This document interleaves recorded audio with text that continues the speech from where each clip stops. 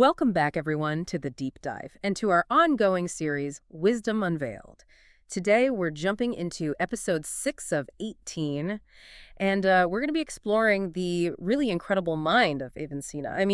His ideas were genuinely groundbreaking. They didn't just redefine wisdom or existence or knowledge back then. They still feel incredibly relevant today. They really do. His thinking has this remarkable potency. Before we really get into it, just a quick note for everyone listening. This is a translation of conversations originally with Iranian philosophers.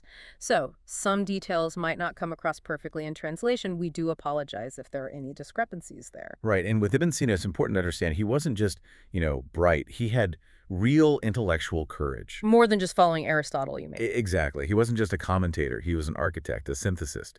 He really pushed beyond the existing Greek framework.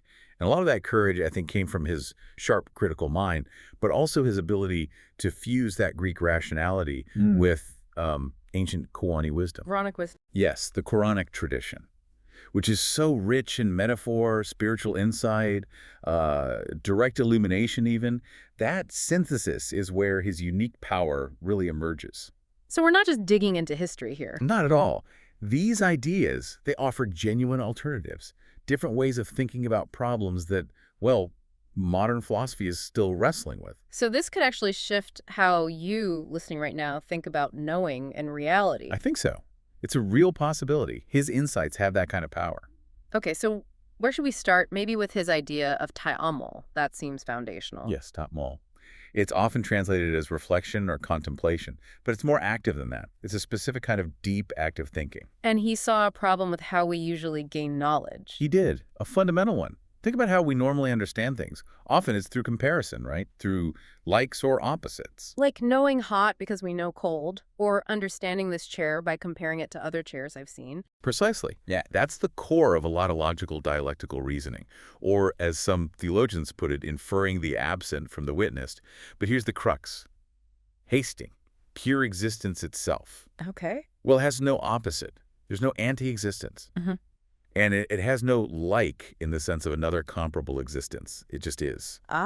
So if our usual tools are comparison and contrast, Right. How can we possibly know existence itself? They don't work. Exactly. Ibn Sina says those traditional paths, they kind of fail us when we face existence head on. So if comparison is out and direct sense experience doesn't quite grasp existence as a concept, what's left? How do we know it? This is where Taammul comes back in. He defines it as a kind of understanding that yearns to reach something. It's not passive. It's an active striving, an eager desire. And here's the fascinating turn. The only place you can truly perform this Taammul on existence is within yourself. Within yourself, like know thyself, but different. Very different, yes. Yes. It's not a one-off, okay, I know myself now. It's a continuous, active process. Because the self isn't static, is it?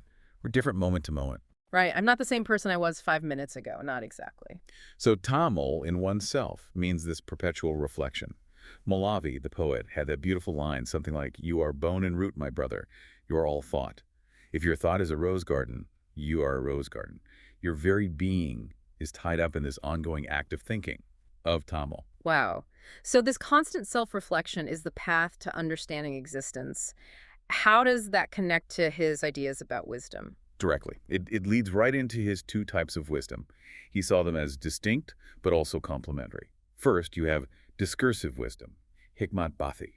This is what we usually think of as philosophy, logic, arguments, analysis, step-by-step reasoning. Building knowledge piece by piece. Methodical. Exactly.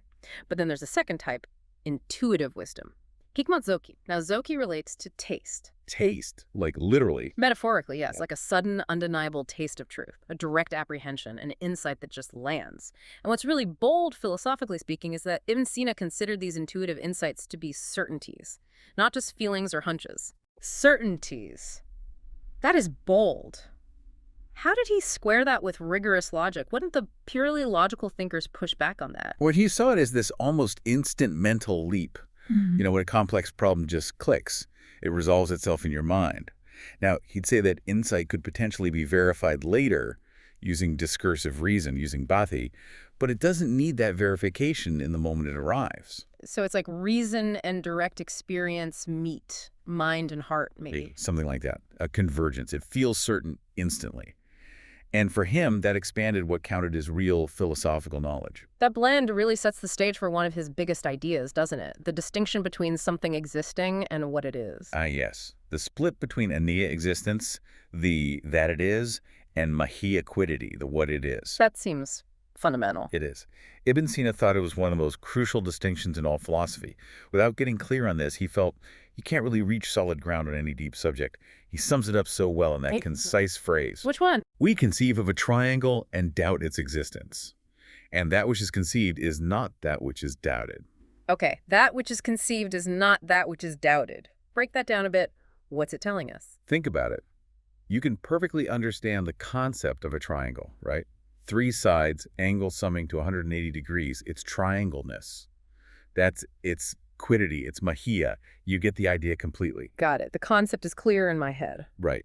But even with that perfect mental picture, you could still ask, okay, but does this specific triangle actually exist somewhere out there in the real world? I see. So the concept, the whatness, is separate from the question of whether it's actually real. It's thatness. Exactly. The what of a thing, its quiddity, is distinct from the fact that it is its existence, its anniyah.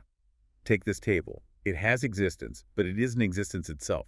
Its tableness, its quiddity, is different from the fact that it exists. It participates in existence. So this separation is mainly in our minds, intellectually. Primarily, yes. In the actual external world, the table and its existence are obviously together, inseparable. But our minds can pull them apart conceptually. And this applies to, well, everything in the created possible world. Is there anything where existence and essence aren't separate, where they are the same? Yes. One absolutely crucial exception. God. For Ibn Sina, God is pure existence, pure anniyah. So God doesn't have existence, God is existence. Precisely, which means God has no quiddity, no wetness separate from his being.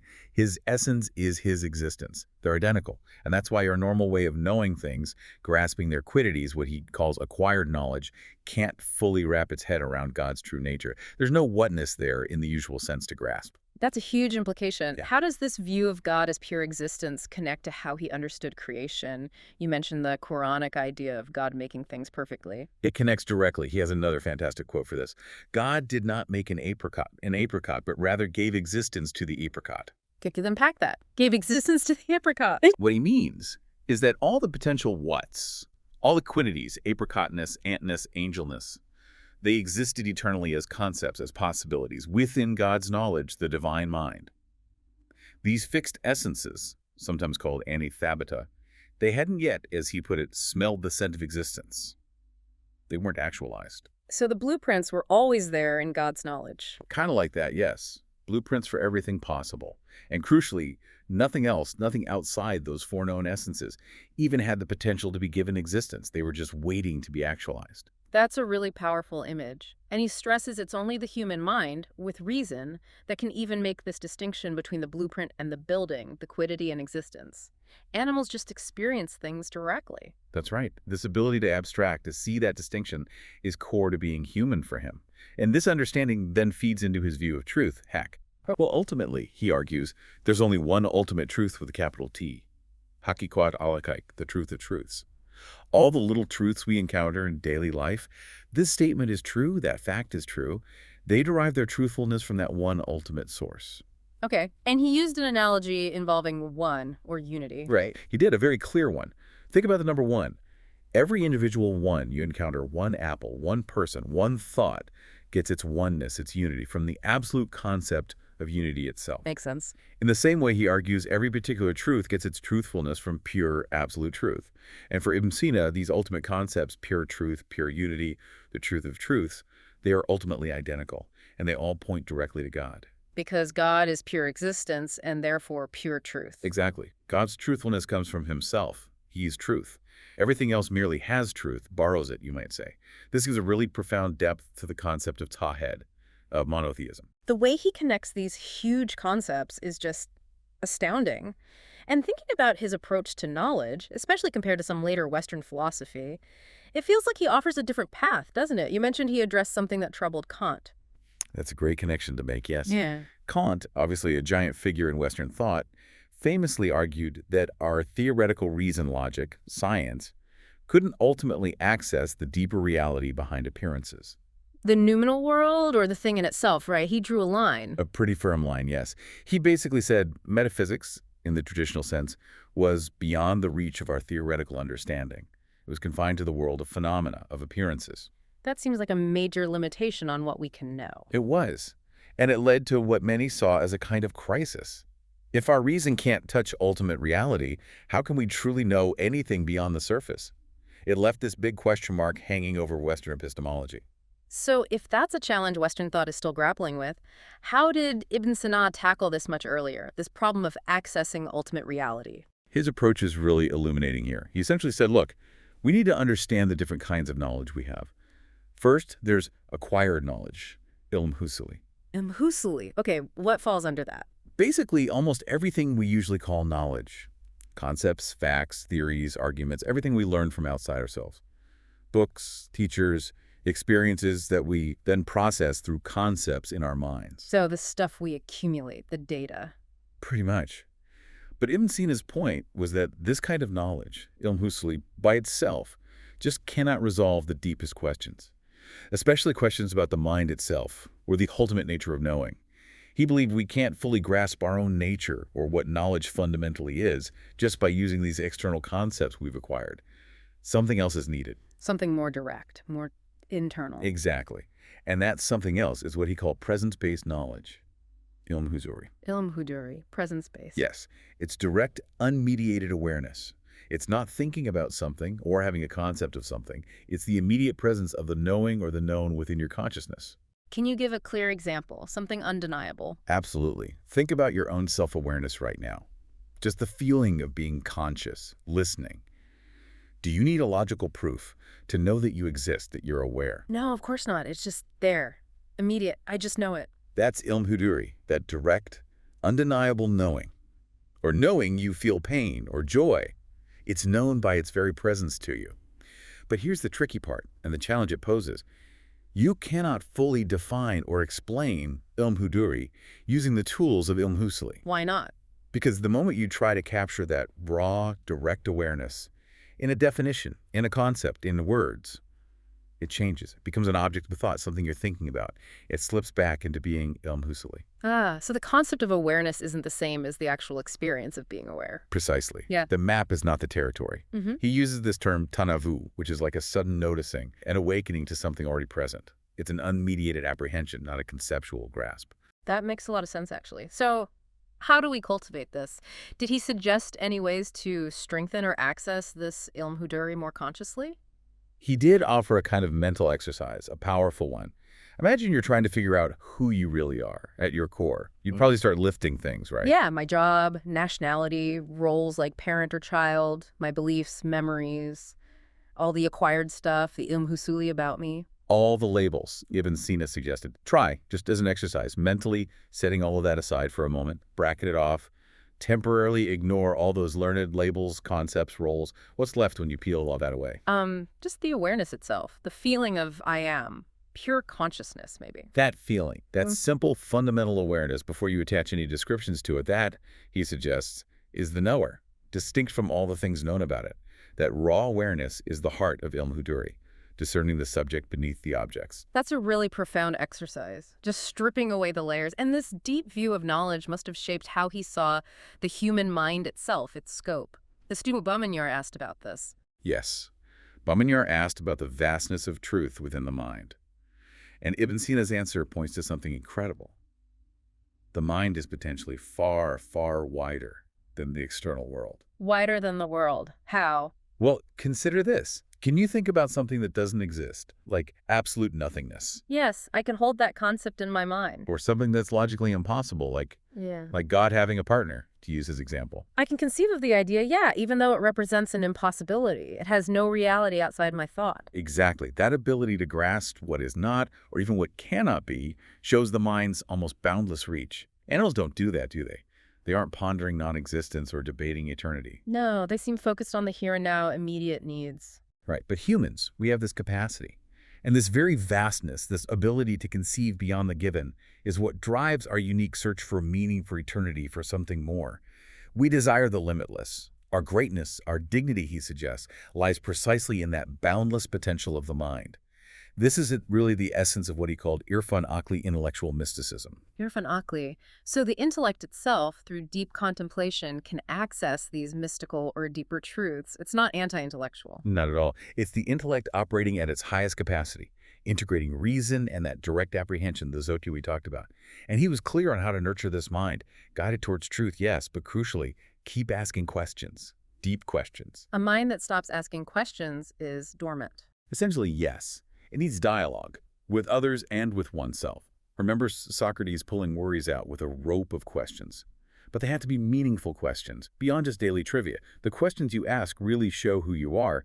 When that kind of philosophical questioning is alive in a culture, he felt it keeps humanity fresh, vibrant. Like Sadi's line about being drunk from contemplation, that deep Taammul is its own kind of powerful, direct experience. Okay, so as we start to wrap up this part of our deep dive, we've covered some really complex but, wow, illuminating territory today.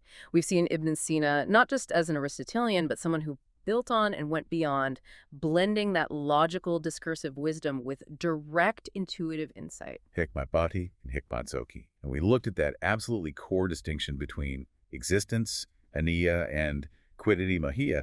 That led us to understand God as pure existence, pure truth. Then we dug into Huduri, that presence-based knowing, which, as you said, really does offer a different angle, maybe even helps with some of those knowledge dilemmas in Western philosophy. It offers a different framework, certainly. And finally, we touched on the incredible vastness of the human mind, its ability to conceive non-being, its drive for meaning, fueled by constant, deep questioning. This integration of philosophy and irfan akli, intellectual mysticism, no sharp divide. And thinking about all this, especially that Huduri and the bracketing exercise, it really brings up a challenge for us today, doesn't it? For you listening, living in this world just saturated with facts, data, information, husuli everywhere. Exactly. How can you actually apply Ibn Sina's bracketing off idea in your own life? Can you, even for a moment, mentally set aside all the labels, all the acquired knowledge about yourself, and just be aware? Yeah. How can you cultivate not just a sharp analytical mind, but also that deeper inner awareness, move beyond just collecting more facts? How can you start to know yourself at that fundamental Huduri level, and maybe even sense the deeper wisdom in the world around you through that lens? It's really about trying to touch base with that core awareness underneath all the layers of stuff we identify with. A challenging, but maybe very rewarding thought to sit with. It really is. Thank you so much for guiding us through these profound ideas today. And thank you all for joining us for this deep dive in our Wisdom Unveiled series. Believe me, there is still more unique and fresh insight from Ibn Sina to explore next time. Looking forward to it. Until then, keep questioning, keep exploring, and keep seeking that deeper wisdom.